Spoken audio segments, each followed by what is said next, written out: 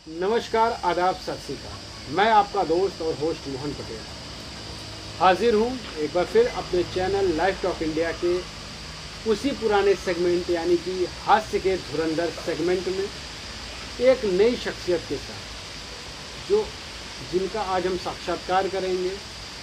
उनके लिए हम आए हैं उत्तर प्रदेश के जनपद फतेहपुर के हादगांव ब्लॉक के सेमरा मानापुर गांव में।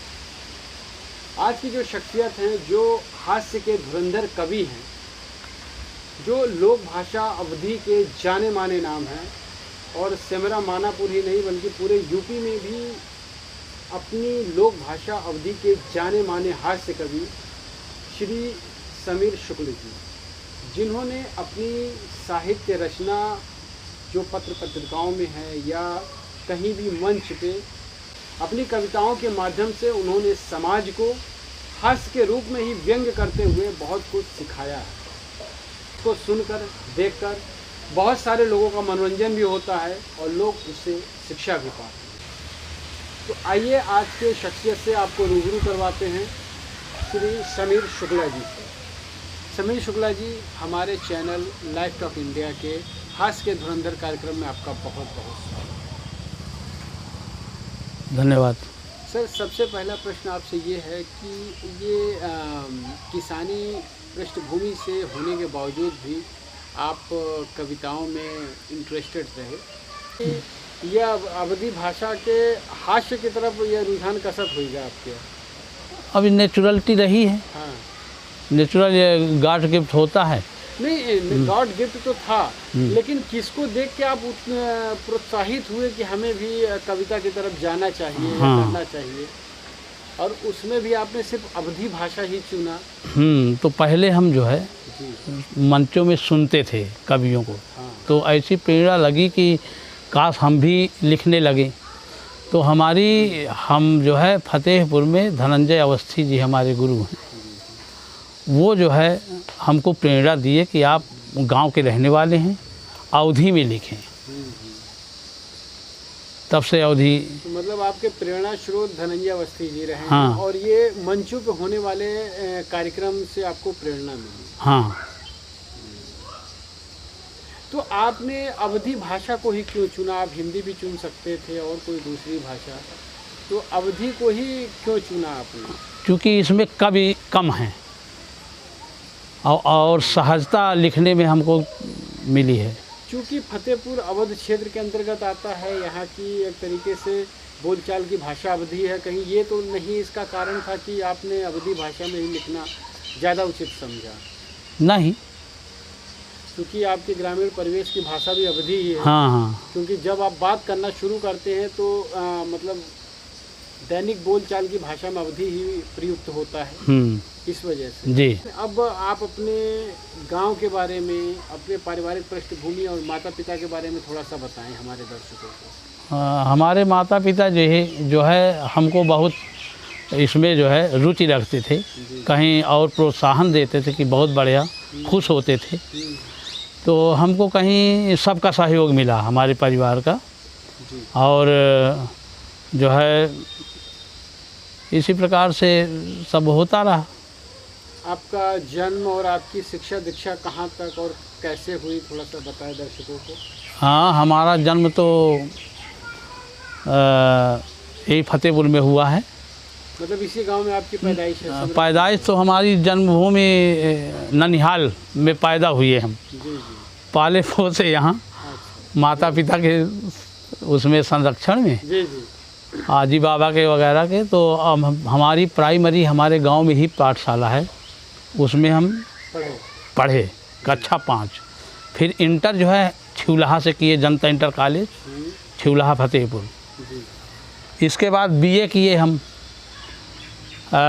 महात्मा गांधी डिग्री कॉलेज फतेहपुर, वहीं से एमए भी किया। ये हमारी शिक्षा रही। उसी शिक्षा के दौरान ही साहित्य की तरफ रुझान होता रहा? जी हाँ, वहाँ के गुरजन जो थे डॉक्टर ओपी अवस्थी, उन्होंने हमको जो है समझा कि ये कवि है, अपने संरक्षण में ले लिया हमको। फिर वहीं से हमको धनंजय अवस्थी हमारे गुरु हैं, उनको उनका संरक्षण मिल गया। तब उन्होंने जो है प्रेरणा दिया कि अच्छा लिखो, कैनवास बढ़िया बनाओ। उनसे हम 25 साल उनके सानिध्य में रहे अवस्थी जी के। तो उन्होंने पूरी जो है जितनी कविताएं उनकी मुहर लगती थी उसमें। जो रचनाएं आप लिखते थे वो प्रमाणित कर देते तो आप उसको प्रमाणित मान लेते। जी जी। ये कहीं भी सार्वजनिक जगह पे ये किसी को दिखाया जा सकता है, इसका पठन पाठन किया जा सकता है।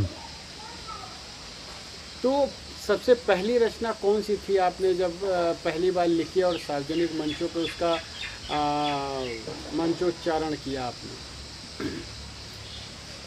चूड़ियाँ जमाने माँ फुआर कर करौआ, जो तनक घर में हेरिया से होए बरबरौआ।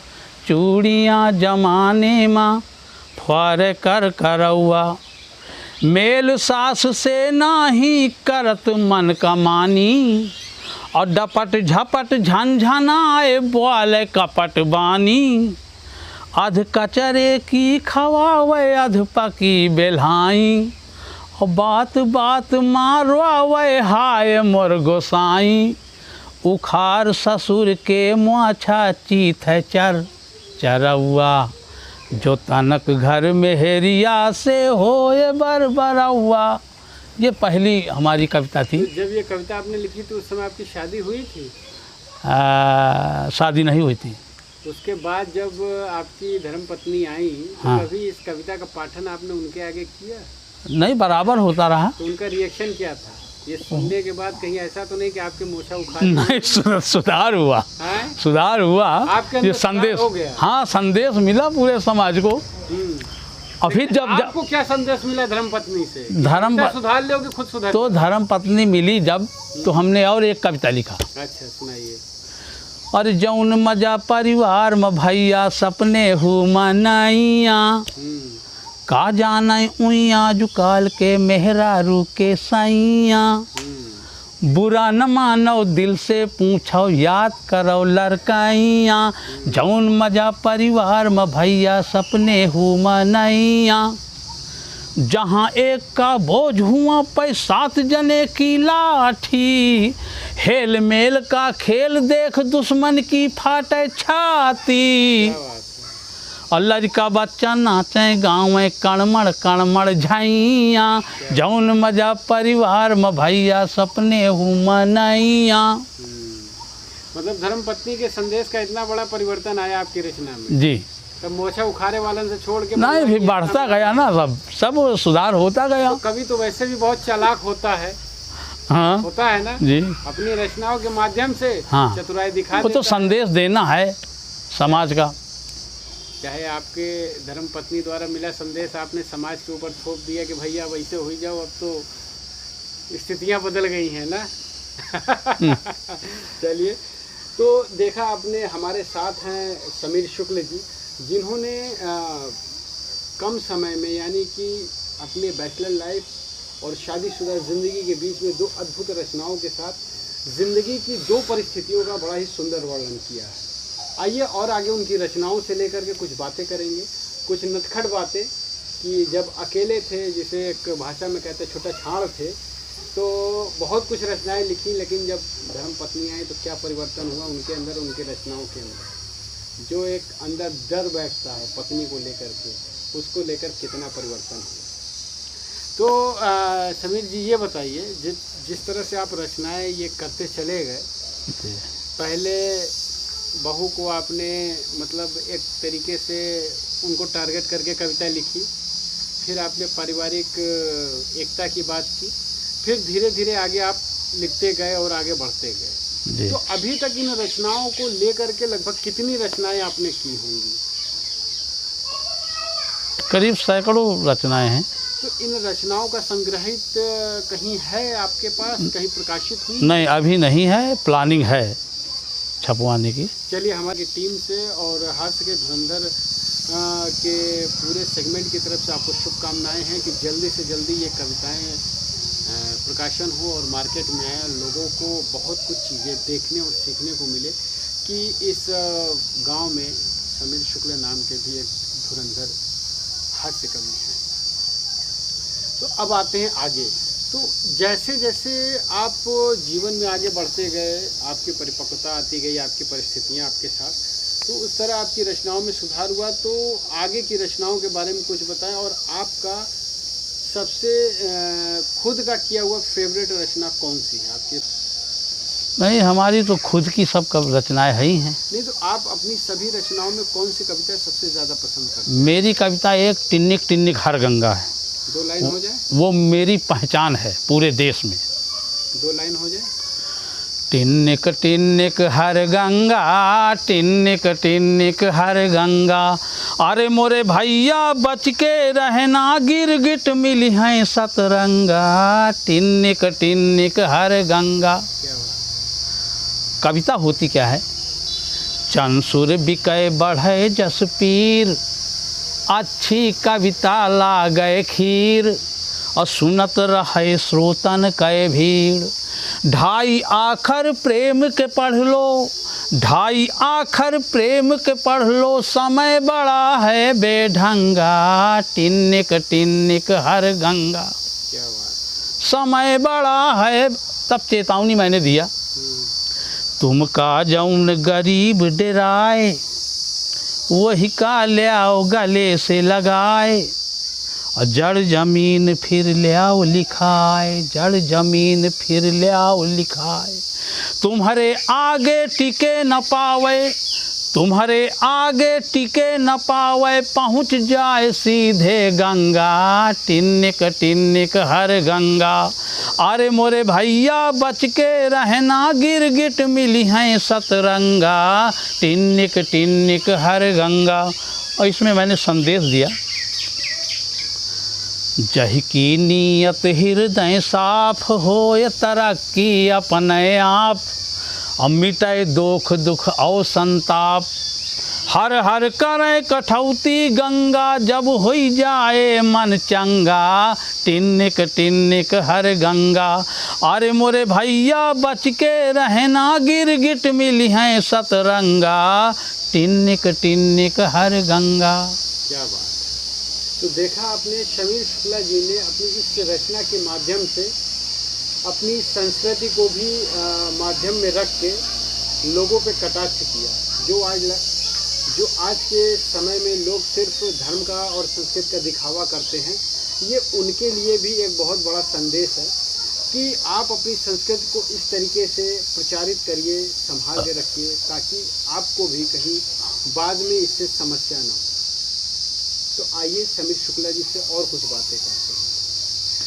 समीर जी, आपकी इस रचना के माध्यम से समाज में काफ़ी लोगों को ये संदेश मिला जी, और मुझे लगता है कि आपकी और भी सारी रचनाएं इसी तरह सारगर्भित, हाँ, संदेश और संदेश से परिपूर्ण हों जी।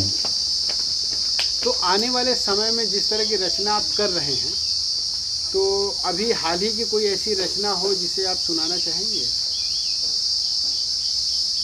हाल ही में कोई रचना आपने की है ऐसी? तमाम है रचनाएं।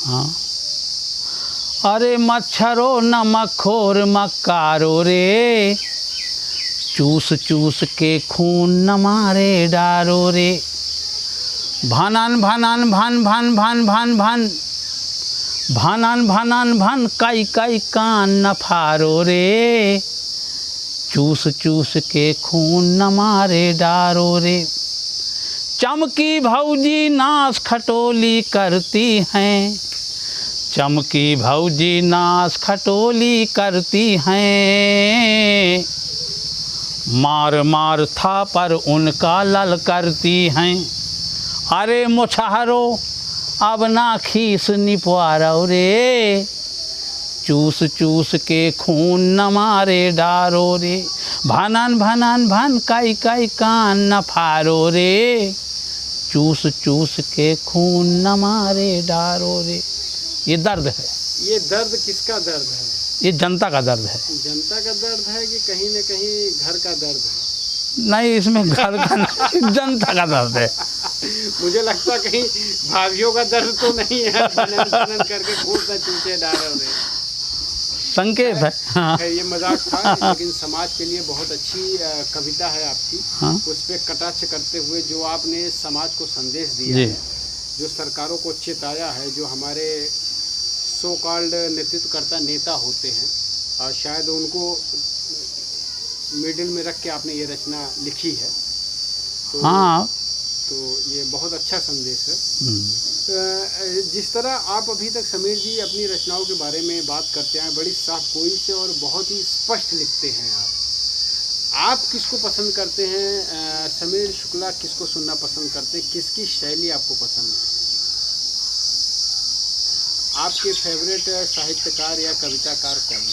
हमारे, अरे हम तो अभी तक, हमारी जनता है, यही श्रोता हैं हमारे। नहीं, आपके चाहने वाले वो हैं, लेकिन आप किससे प्रेरित होते हैं? आप किसको सुनना या पढ़ना पसंद करते हैं? हम तो साहित्यकारों का। नहीं, तो साहित्यकारों में कोई एक पसंदीदा होगा आपका? अरे बहुत हैं, अब हम तो एक कोई नहीं है, हम तो साहित्य के जो है श्रोता हैं। था तो घुमक्कड़ जिज्ञासा जहाँ से बस सदाबहार। चलिए, तो अब आगे क्या प्लान है आपका साहित्य को लेकर जीवन में? अब यही है साहित्य में कि लिखते रहें, बढ़िया संदेश पहुंचता रहे, आप जैसे लोग मुलाकात होती रहे। ये तो हमारे लिए भी बड़ा ही सौभाग्य का समय है कि आपसे इस गांव में आकर के मुलाकात हुई, जहां इस प्राकृतिक वातावरण में हमें आपका साक्षात्कार करने का मौका मिला हमारी टीम को। ये वास्तव में हमारे लिए ही बड़ा भाग्यशाली समय है। और आप जैसे ग्रामीण प्रतिभाशाली कवि के साथ साक्षात्कार करके हमें भी सही मानिए ऐसा लगता है जैसे कि हम अपने ग्रामीण परिवेश में, अपने गांव में पहुंच गए जी। लेकिन मुश्किलें होती हैं, कोई बात नहीं। तो अब चीज़ों को लेकर के अगर देखा जाए कि वर्तमान साहित्य में आप क्या खामियां पाते हैं और क्या विशेषता पाते हैं, इन दो प्रश्नों पे थोड़ा अपनी विचारधारा को। वर्तमान में तो ज़्यादातर फूहड़पन आ रहा है, जो है अब जैसे हम लोग जो है काका बैसवारी हैं, उनके सानिध्य में रहे, बहुत अच्छे अच्छे कवि, लेकिन वर्तमान में सब नकल एक दूसरे को देखकर लिखा जा रहा है, गलत है। जो भाव अपने हिसाब से निकले। नहीं, आप नकल भी करके लिखिए, ठीक है, लेकिन फुहड़ता नहीं होनी चाहिए। हाँ, फुहड़ता नहीं होनी चाहिए, रचना धर्मिता होनी चाहिए। तो आप सलाह क्या देना चाहेंगे वर्तमान युवाओं को जो साहित्य से जुड़ना चाहते हैं? युवाओं को आप क्या सलाह देना चाहेंगे? यही सलाह देना चाहते हैं कि लिखें, खूब लिखें, दूसरों को पढ़ें, और समय में जो ज़रूरत है उसका संदेश दें। रचना धर्मिता पर अपना अटल रहें। समीर जी, आपने हर बात पे बड़ी साफ गोई से और बहुत स्पष्ट जवाब दिया। अब आपसे वो प्रश्न जानना चाहेंगे जो हर व्यक्ति के लिए यादगार होती है। अब हम आपसे ये जानना चाहेंगे कि आपने पहली बार मंच पे जो कविता कही थी जी, उस कविता के बारे में कुछ यादें बताइए। कौन सी कविता है? देखो, कविताएं तो हमने बहुत पढ़ा, लेकिन जो हमको बहुत जो है हमको भरोसा दिया कि ये कविता तुमको आगे पहुंचा रही है, तो उसमें जो है ये इलाहाबाद कुंभ में सन करीब 10-11 के आसपास रहा होगा, गोपाल दास नीरज जी, तो उन्होंने यही टिन्निक टिन्निक हर गंगा इसको सुने, बहुत प्रभावित हुए और हमको बुला कर के पूछे कि आप कहाँ से हैं। हमको आशीर्वाद दिया और नंबर लिया। हमको जो है फिर वहाँ बुलाया अलीगढ़ में, वहाँ वही हमको यादगार मंच हुआ जहाँ पर धुरंधर कवि, जो बहुत पहले के बुजुर्ग कवि, सबसे मुलाकात हुई वहाँ, और वही कविता हमारी टिन्निक टिन्निक हर गंगा हर जगह जो है प्रसारित हुई और सबका प्रेम मिला। वही कविता, वही मंच हमको यादगार है। और बाकी तो सब भूल जाते हैं कहाँ कहाँ गए, बहुत दूर दूर गए हैं और अब भी जो है बुलाए जाते हैं बाहर। जी, चलिए समीर शुक्ल जी, आपने चूँकि गर्मी का सीज़न है उसके बावजूद हमारी टीम ने आपसे समय मांगा, आपने समय निकाला। हमारे पूरे लाइव टॉक इंडिया की टीम की तरफ से आपको बहुत बहुत धन्यवाद। और आपको भविष्य के साहित्यिक भविष्य के लिए, आपके व्यक्तिगत जीवन के लिए बहुत सारी शुभकामनाएं। आप स्वस्थ रहें, दीर्घायु हों और आपकी साहित्य इसी तरह कटाक्ष भरी, मैसेज देने वाली और इसी तरह कंटिन्यू चलती है। बहुत बहुत धन्यवाद। और सबसे आखिरी में 2 शब्द आपका हमारे साथ काम करने का अनुभव आपका कैसा रहा, 2 शब्द बताएं। बहुत अच्छा लगा। हमारे आदरणीय शिव सिंह सागर जी हैं, जी हमारे हदगाम क्षेत्र के बंदीपुर गांव के निवासी हैं जी और हम तो बहुत खुश हैं कि देखिए जो है हमारे पास आए। और आपको तो बहुत बहुत धन्यवाद। आप जैसे लग रहे हैं अतिथि देवो भव, नहीं सर, ऐसा नहीं लग रहा कि ये हमारी बड़ी खुशी है। आप जैसे लोगों का बड़प्पन है जो छोटे भाई को भी इतना सम्मान देते हैं। हमारा एक प्रयास है पूरी टीम के साथ, शिव सिंह सागर के साथ मिलके, कि जो लोग भी हैं उनको आगे बढ़ाया जाए, जो वास्तविक साहित्यकार जी हैं, जी जो वास्तविक साहित्यकार हैं, उनको जो कहीं न कहीं दुनिया के भीड़ में खो गए हैं लोगों के लिए, वो लोगों के सामने आए और उनकी रचनाओं को लोग जानें। जी। तो ये थे हमारे आज के शख्सियत हास्य के धुरंधर सेगमेंट में हास्य के अवध भाषा के ओजस्वी कवि श्री समीर शुक्ला जी। अगले नेक्स्ट पड़ाव पे फिर किसी और धुरंधर कवि के साथ। तब तक आप लोग स्वस्थ रहें, सुरक्षित रहें।